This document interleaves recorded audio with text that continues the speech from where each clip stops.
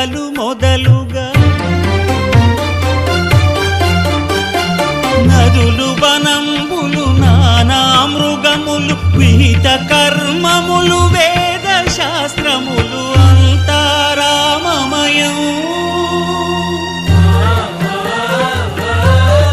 ఈ జగమంతా రామమయం.